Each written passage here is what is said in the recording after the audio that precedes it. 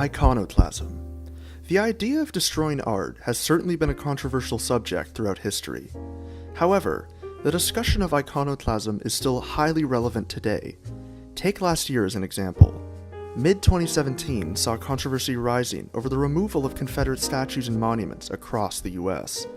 Of course, not everybody agreed when it came to what should be done with these monuments. There were debates, rallies, and lots of discussion coming and going about what should be done with these art pieces.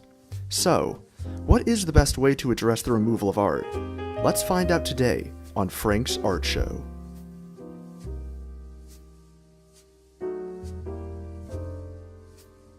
In order to get this discussion going, I'm inviting an outspoken art historian and great friend of mine.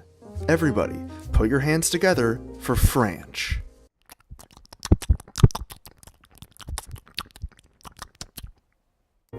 Thank you so much for having me, Frank.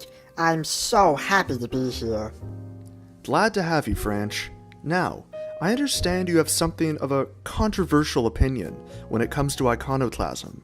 Oh, you have no idea, Frank. I love destroying art. It's one of my favorite pastimes. Well, it looks like we have very different opinions when it comes to iconoclasm, Franch. Before we get too far into this, I think it's important to talk about the history first.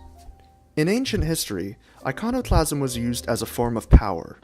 Destroying art pieces was a way for leaders to remove power from their predecessors. Take Egyptian pharaoh Akhenaten, for example.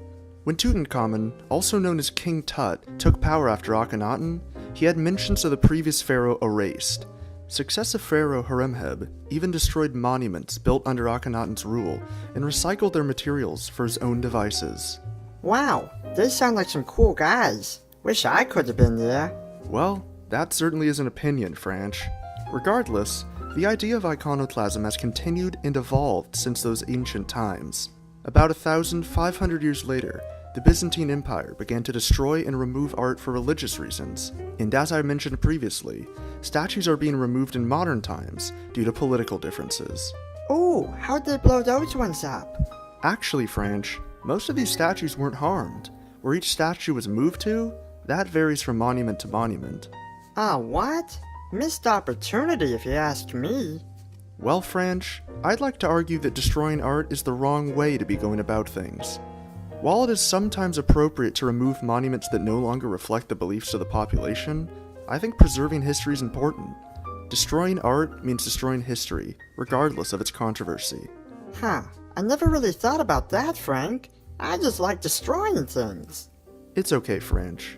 I just think it's important to discern the difference between destruction of ancient art and the removal of modern works. Well, thanks for tuning in, everybody. It's been a blast. We'll catch you next time. Bye-bye.